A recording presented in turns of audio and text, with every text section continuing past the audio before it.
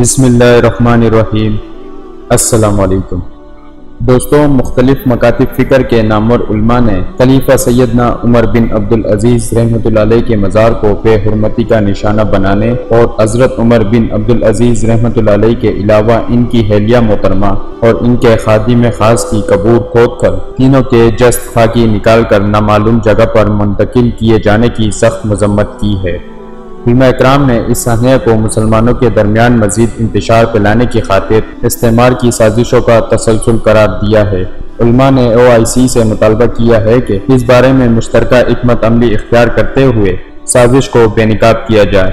حکومت پاکستان اپنے وسائل بروئے کار لاتے ہوئے تمام حقائق سے قوم کو باخبر کریں تاکہ دین دشمن عناصر اس سانحے سے ناجائز فائدہ نہ اٹھا سکے۔ علماء نے قوم سے بھی یہ اپیل کی ہے کہ اس افسوسناک واقعے کو استعماری منصوبے کے تحت مسلمانوں میں انتشار کا ذریعہ نہ بننے دیں، بلکہ اتحاد امت کا ثبوت دیتے ہوئے دین کے دشمنوں کی سازشوں کے سامنے سیسا پلائی ہوئی دیوار بن جائے۔ دوستو، علامہ زاہد الراشدی سانہ ادلب کے بارے میں کہنا تھا، یہ سازش ہے جس کا مقصد دینی قوتوں کو دباؤ میں رکھنا ہے اور آپس میں لڑانا ہے۔ اس کے پیچھے وہی عالمی استعماری طاقتیں ہیں جو مسلمانوں کو کمزور دیکھنا چاہتی ہے۔ ان کے ایجنڈے کو سمجھنے کی ضرورت ہے۔ OIC کو چاہیے کہ اس افسوسناک واقعے کا نوٹس لے اور اس بارے میں متفقہ موقف سامنے لائیں۔ حکومت پاکستان کو چاہیے کہ وہ OIC کو اس جانب مؤثر انداز میں متوجہ کرے اور جلد لایا عمل طے کرنے کا مطالبہ کرے۔ دوستو، یہ روح فرسا واقعہ ظلم کی انتہا ہے۔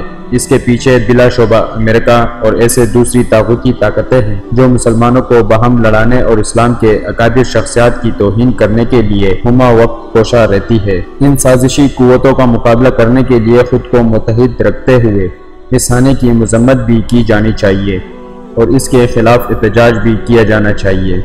ان عناصر کو ٹارگٹ کیا جانا چاہیے جو ایسے مکروہ اور ناپاک عزائم کے ساتھ وارداتیں کرنے کے ڈرتے رہتے ہیں۔ دوستو، بدقسمتی سے مسلمانوں کی حکمرانی نااہل ٹولوں کے ہاتھ میں ہے۔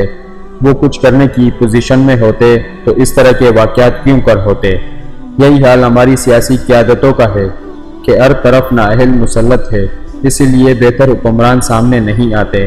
میرے خیال میں علماء کو باہم مل بیٹھ کر انتشار کی اس تازہ سازش کو ناکام بنانے کے لیے مشترکہ حکمت عملی بنانی چاہیے اور تمام مسلمانوں کو اللہ کی رسی مضبوطی سے تھام کر فرقوں میں بٹنے سے بچنے کے راستے پر لانا چاہیے۔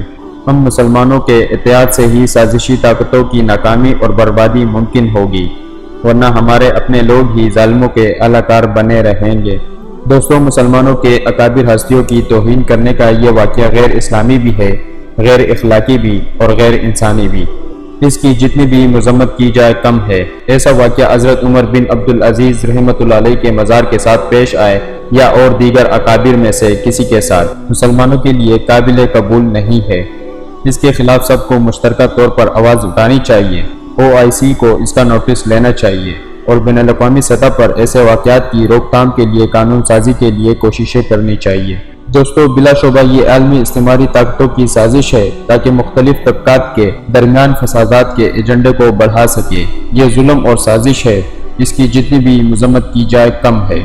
دوستو، میں اس واقعے کو مسلمانوں کے درمیان انتشار پھیلانے کی اسلام دشمن طاقتوں کی سازش اور ایجنڈا سمجھتا ہوں تاکہ دینی قوتوں کو دباؤ میں رکھے اور انہیں باہم لڑایا جاتا رہے۔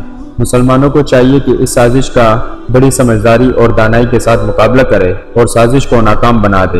اس واقعے کے پیچھے وہی طاقتیں ہیں جو مسلمانوں کو کسی صورت بھی متحد نہیں دیکھنا چاہتی، بلکہ ہمہ وقت کوئی نہ کوئی ایسا جال بنتی رہتی ہے جس سے مسلمانوں میں افتراق بڑھ سکے۔